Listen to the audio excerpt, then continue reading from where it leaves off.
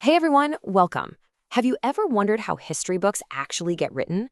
I mean, it's not like someone just writes down a list of dates and facts. Today, we're diving into something called modern historiography, which is really the incredible story of how we write the story of our past. And really, it all boils down to this one big question. How do we know what really happened? How can we be sure that what we're reading about, say ancient Rome or the Industrial Revolution, is actually the real deal? For centuries, that one question has been driving this huge revolution in how we study history. So, the fancy word for all of this is historiography. The best way to think about it is like the making of documentary for your history class. It's not just looking at what happened in the past, it's looking at how historians over time have recorded those events, how they've interpreted them, and how they've argued about them. It's the history of history itself. So, where does the modern part of all this come in? Well, it all kicked off with this massive shift in perspective, way back in the 18th and 19th centuries.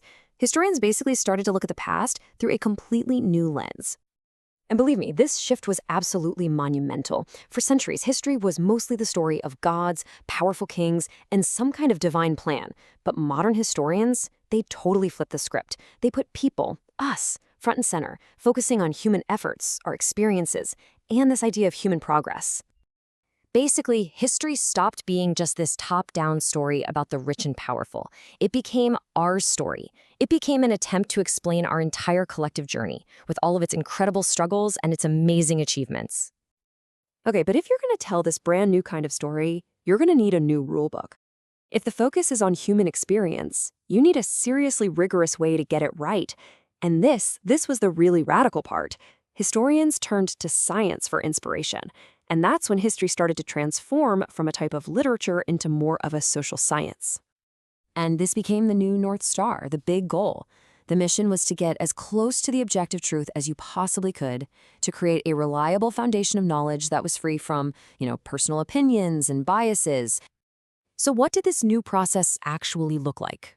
Well, think of it like detective work. First, you gather all the evidence you can find. Documents, coins, maps, old tools, you name it. Then, step 2, you test every single piece to make sure it's authentic and dependable. Step 3, you analyze those sources for bias. Who made this and why? What was their perspective? And finally, you take all that reliable evidence and you weave it into a coherent story. But here's the thing. It wasn't enough just to know what happened. The new scientific approach demanded an explanation. Modern history got completely obsessed with cause and effect. It wasn't good enough to just say a war started. A historian now had to explain the whole chain of events, the motivations, the forces that led up to it. The big question was always, why?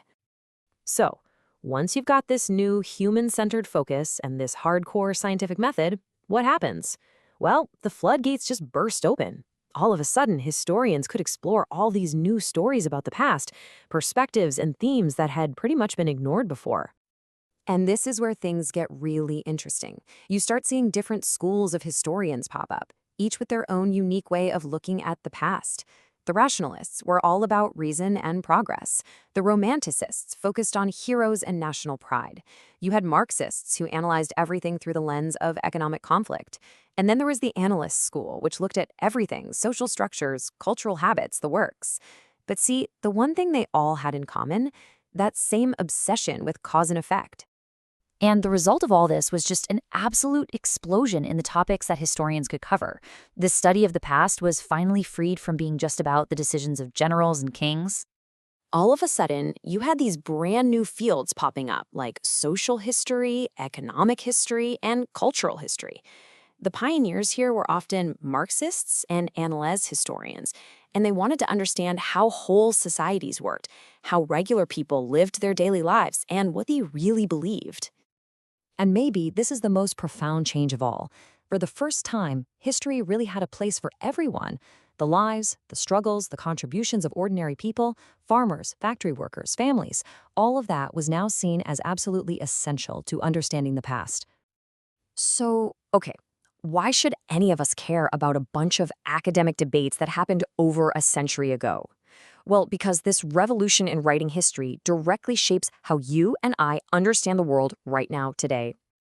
I mean, the legacy of this movement is just huge. It gave us this deep commitment to using unbiased, evidence-based methods. It taught us to always question our sources, to dig for the why behind events, and to make sure we're telling the story of everyone, not just the people at the top.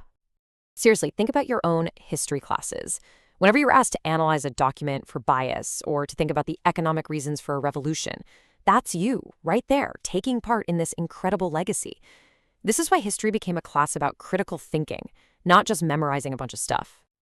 And when you boil it all down, the ambition behind all this was, and still is, just massive. To try and piece together a complete, interconnected, universal story of all of humankind in all of its messy, beautiful complexity. Which leaves us with one last thing to think about. This whole process of expanding history, it isn't over. It's happening right now. So the question for us, for our time, is this: what stories are we just beginning to tell today? What voices are we just starting to hear?